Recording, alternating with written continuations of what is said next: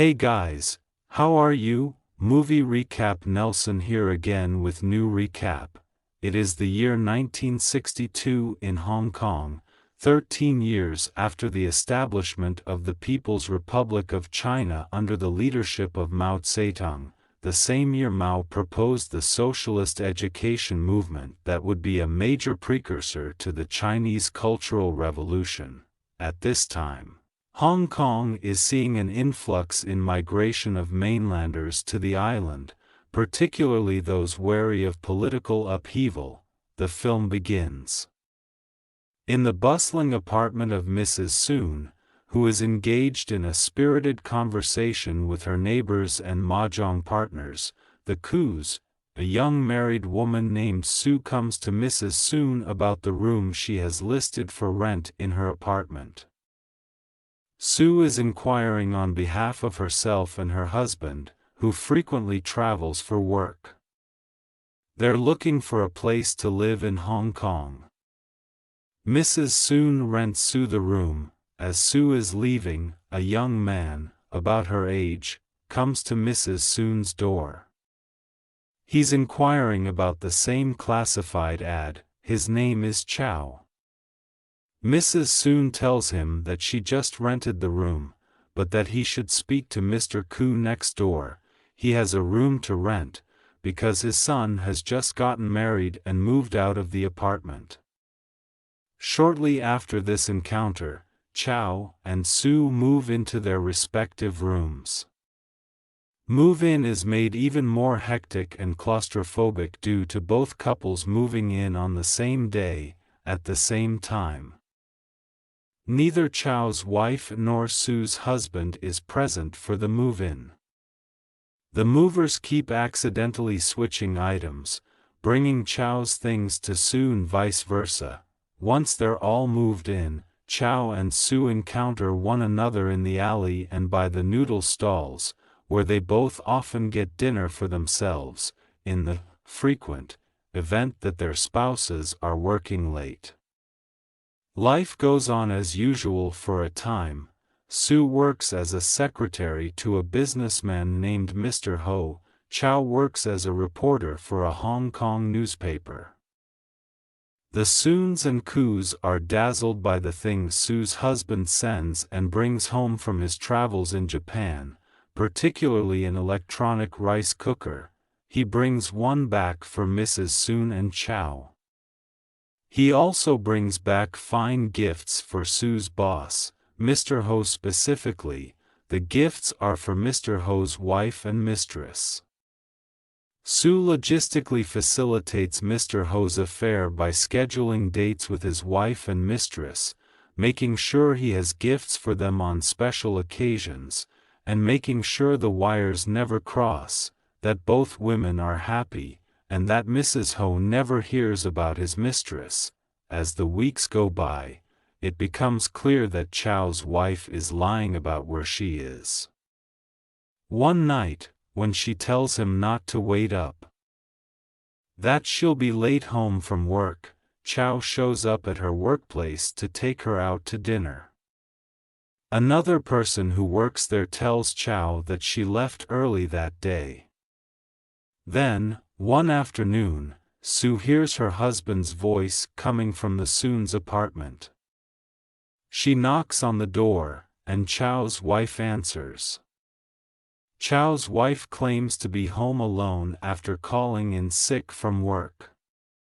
Sue leaves the apartment, but cries to herself in the shower because she knows her husband is having an affair. Soon after Sue's husband leaves for Japan, Chow's wife also leaves for Japan, supposedly also for work purposes. One night, Chow asks Sue to join him for dinner at a nearby diner. He asks her out on the pretense of wanting to know where she got her handbag so that he can purchase his wife one for her birthday. Sue tells him that she'd have to ask her husband, since he got it for her in Japan. They don't sell them in Hong Kong. Then Sue asks Chow where he got his tie, and he tells her the same thing she told him about the bag. His wife got it for him in Japan. Sue admits that her husband has a tie just like it, and Chow admits that his wife already has the same type of handbag that Sue has. They both recognize that their spouses are having an affair with one another. After they leave the restaurant, they start to theorize how the affair began. Then they decide to start role-playing their spouses, in order to play through some possible scenarios. They start to see each other more often, meeting at the restaurant, each pretending to be the other's spouse. In the course of doing this, they become close companions. Chow shares with Sue his dream of writing a martial arts serial for newspapers, and she encourages him to do it. They end up working together on a serial in their spare time, but as they spend more time together, covertly, so as not to provoke rumors, Mrs. Soon takes notice of Sue's general absence from the house. She lectures Sue about being out too much and not spending enough time with her husband. She suggests that Sue should try to prevent him from traveling so much in the future. After being shamed and lectured, Sue pulls away from Chow, but Chow doubles down and gets an apartment in another building where they can work together in peace, without the prying eyes of their neighbors. At first, Sue rejects the idea, but eventually she visits him at his new place, and they continue work on the serial. But after a while, Chow can no longer deny his feelings for Sue. Recognizing that she will never leave her husband to be with him, he asks Sue if she would set him up with a ticket to Singapore. His colleague at the newspaper, Ping, told him that the Singapore Daily is short-staffed and looking for reporters. Sue asks him why he's rushing off to Singapore, and he admits that while it was never his intention to fall in love with her, he has, and that if she is unable to be with him, there's really nothing keeping him in Hong Kong. He says he needs a change of scene.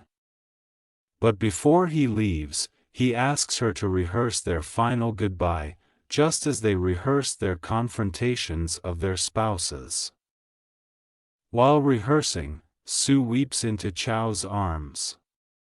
It's clear at this juncture that their relationship has transformed into something genuine, far more than the role-play as which it began. 3 years pass by after Chow leaves for Singapore. Sue visits Mrs. Soon's apartment in Hong Kong and finds Mrs. Soon in the middle of packing the place up. She's leaving for the United States to help her daughter raise her children. Soon admits that she doesn't want to leave Hong Kong, but her daughter is bothered by the political situation there, and that if she likes it in the U.S., she may never return. Sue expresses interest in renting the apartment. She then asks if the Koo's still live next door.